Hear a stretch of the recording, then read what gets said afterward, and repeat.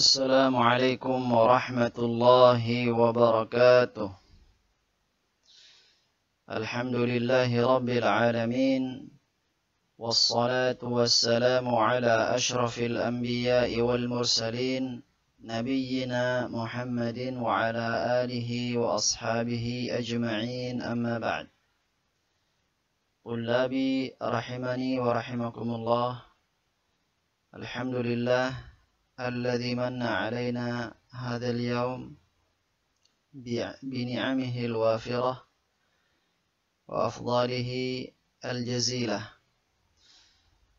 نحن الآن في موضوع باب نواقض الوضوء من كتاب منهج السالكين وتوضيح الفقه في الدين.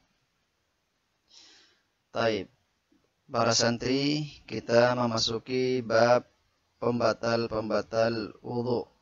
Di sini penulis akan menyebutkan hal-hal yang dapat membatalkan wudu seseorang. Beliau menyebutkan wahia al-khariju minas sabilain. Na'am, kullu ma yakhruju minad duburi wal qubuli naqidun al-wudu. Yaitu hal-hal yang keluar dari dua jalur secara mutlak, yaitu jalur kencing dan jalur BAB. Ya, benda-benda yang keluar dari kedua jalur ini membatalkan wudu. Dalilnya adalah firman Allah Subhanahu wa ta'ala, "Au jaa'a ahadun minkum minal ghaid," atau apabila salah seorang dari kalian datang dari tempat buang air. Artinya seseorang yang baru keluar dari tempat buang air untuk kencing atau untuk BAB, maka ini membatalkan wudu. Kemudian ats-tsani wad-damul katsiru wa nahwuhu, dan darah yang banyak atau yang semisalnya seperti nanah, ya. Ini apabila berjumlah sangat banyak maka dapat membatalkan wudu.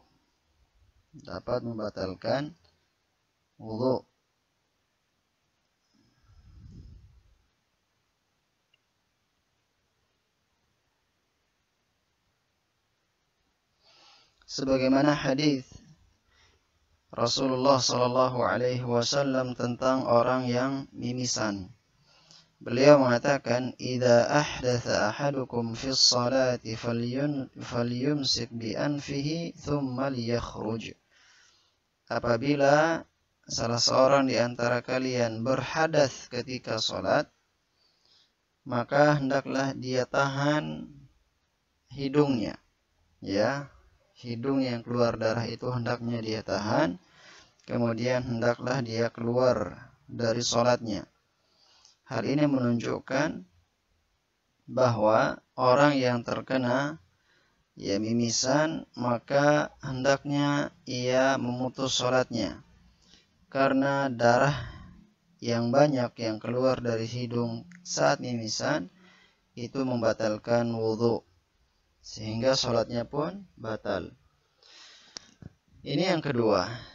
Yang ketiga, wazawalul aqli binaumin aw ghairihi, hilangnya akal entah dengan sebab tidur atau yang lainnya. Gila misalnya, ya, ini membatalkan wudu.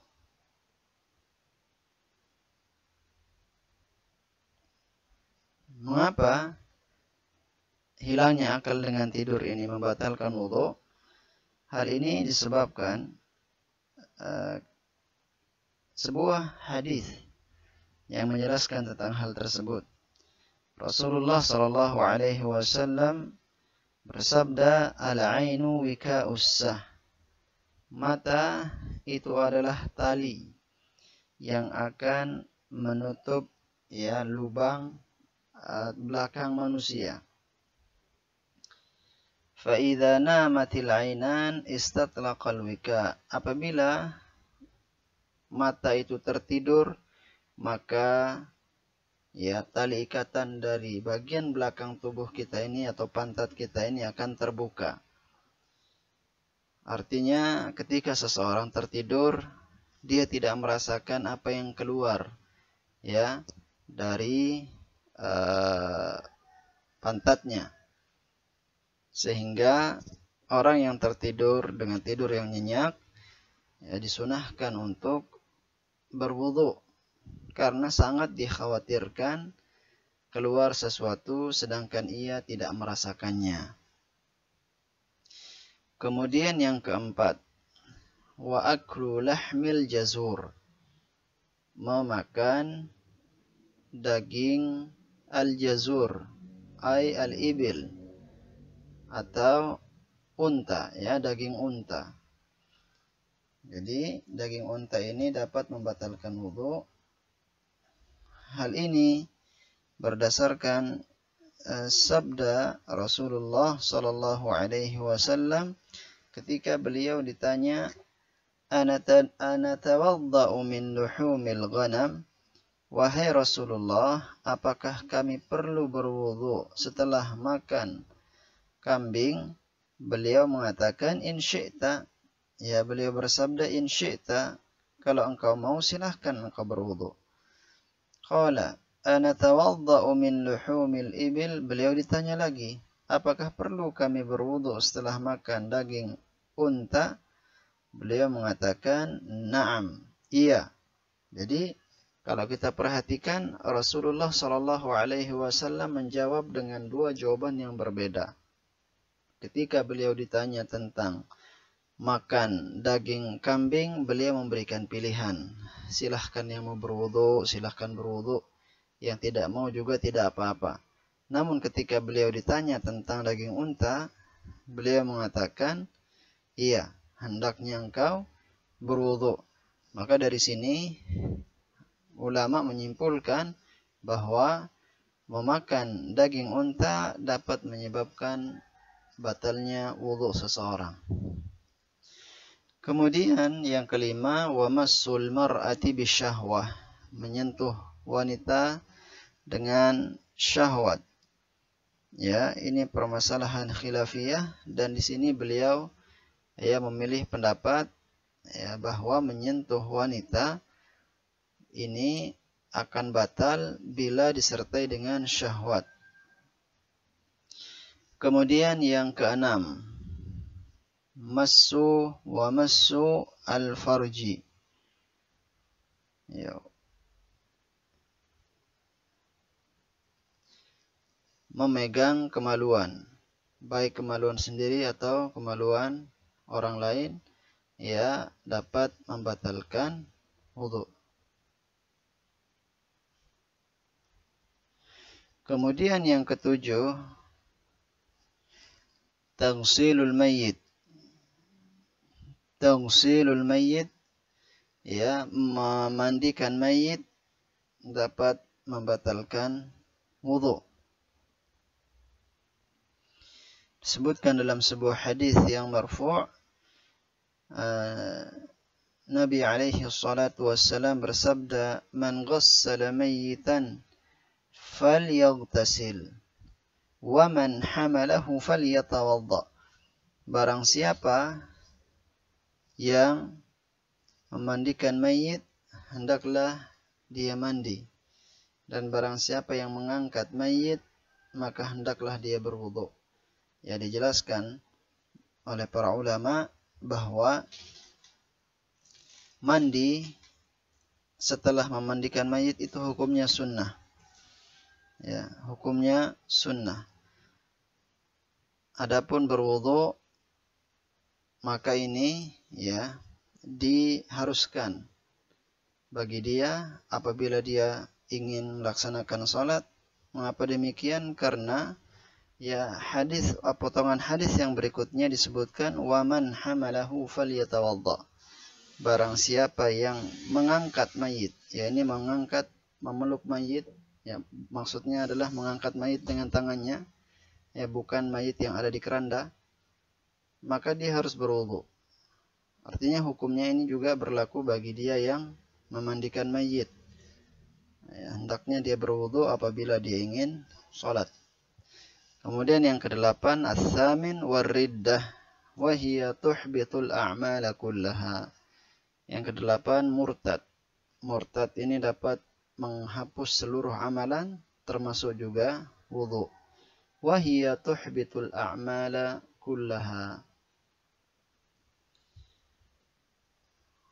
Riddah atau murtad ini menghapus seluruh amalan. Kemudian Asy-Syaikh di sini membawakan beberapa dalil yang menjelaskan tentang pembatal wudu yang disebutkan di atas, walaupun tidak semua ya, tidak semua dalil beliau bawakan. Liqaulihi ta'ala, ya berdasarkan firman Allah Subhanahu wa taala, "Au jaa'a ahadun minkum minal ghaid." Atau apabila salah seorang di antara kalian datang dari al-ghaid. Ya, tadi sudah dijelaskan. Al-ghaid itu adalah tempat buang air. Baik buang air besar maupun buang air kecil. Ya, jadi ini adalah dalil untuk pembatal wudu yang mana? Yaitu pembatal wudu yang pertama, al-kharij ya minas sabilaini mutlaqan. Benda-benda yang keluar dari pantat atau dari kemaluan depan.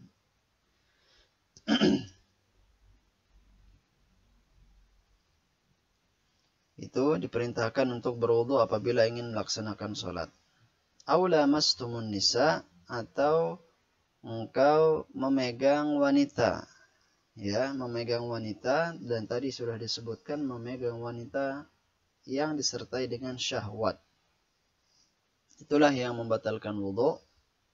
Ya, bagi orang yang ingin melaksanakan sholat dan ia telah memegang wanita dengan syahwat, maka hendaklah ia berwudu kembali. Kemudian wasu'ilan Nabi sallallahu alaihi wasallam,